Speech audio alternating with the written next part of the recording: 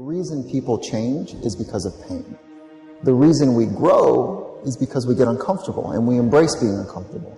But being honest with the pain that we feel is usually the prime mover for people to do the work that is necessary. Average person, you and I have about 75,000 thoughts a day rattling around in this thing we call our brains and our minds. 75,000 of them. The crazy thing is 91% of those thoughts are identical to the previous day and are identical to the day before that and the day before that and the day before that. You're not a procrastinator.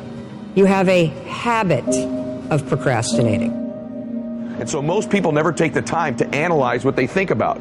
The most successful people I know are the most self-aware, meaning they're aware of what they do and they're also aware of what they think, they're aware of how they're perceived.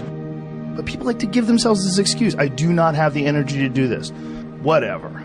If you decide that, that's true. But if you watch a motivational video, there's 100 of them on YouTube, thousands even. You go watch one, you'll get fired up. You're like, okay, I'm going to jump some rope. You jump some rope, you do something.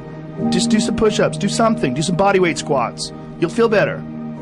Some of them maybe, but I think some of them just don't have discipline. There's an issue with that as well. There's also an issue with momentum. You're not used to doing it. It's not a part of your life. It's not something that you're accustomed to, pushing yourself. There's been many days where I didn't want to work out. I just didn't feel like I had the energy, and I just forced myself. And I think there's very few people out there that know how to force themselves. We wonder why our life seems to repeat itself over and over again. So really the difference in our life, if we have 75,000 thoughts a day, here's the crazy thing, 91% of them are exactly the same.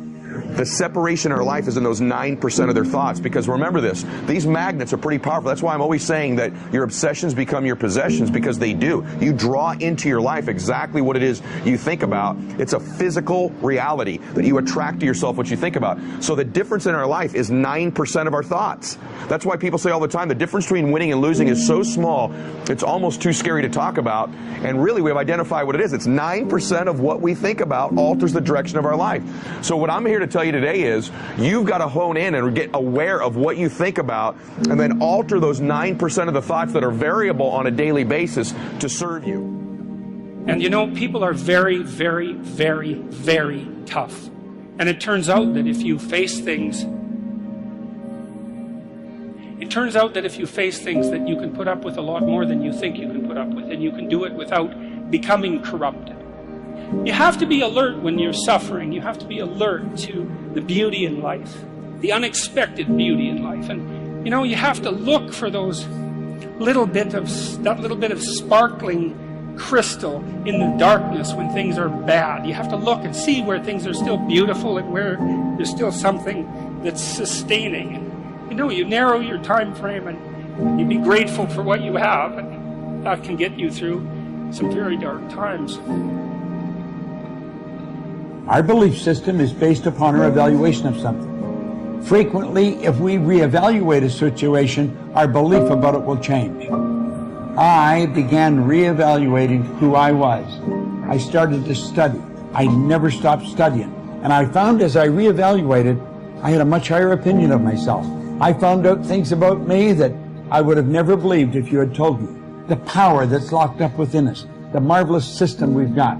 Do you know the blood circulates through your veins every 33 seconds, through hundreds of miles of passageway? Bang, just like that, clears all the food in and all the garbage out. Stop and think of the central nervous system. It's the most complex electrical system in the world. And you've got it. Think of your brain, an electronic switching station like that. You can change the vibration of yourself and everything around you. We have awesome powers, and it's all based on what you believe about you. If you want to change yourself, if you want to acquire something, if there's some goal that you want to reach, changing your behaviors, overcoming negative habits, it's challenging. It's hard. Most people go through life never discovering what their talents are. Most people never develop their talents. The only thing that's going to make you happy, my friend, in this year or any other, is to step up. It's to raise the standard. It's to discover what you're capable of and feel that incredible power pushing through whatever's holding you back and get to the other side of more of your true self. That's what this game's all about. When you step into your fears, and continue to push yourself to go on, something happens for you. If you look at somebody who's really successful and you think, wow, I mean, they're so amazing, they're such a genius, you got to dig underneath and you got to remember something. People are rewarded in public for what they practice for years in private.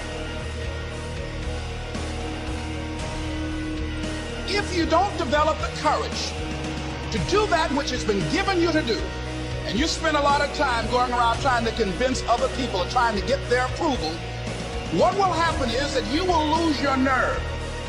And other people will convince you that what you're doing doesn't have any value, and you'll give up on your dream. How much time do you have left?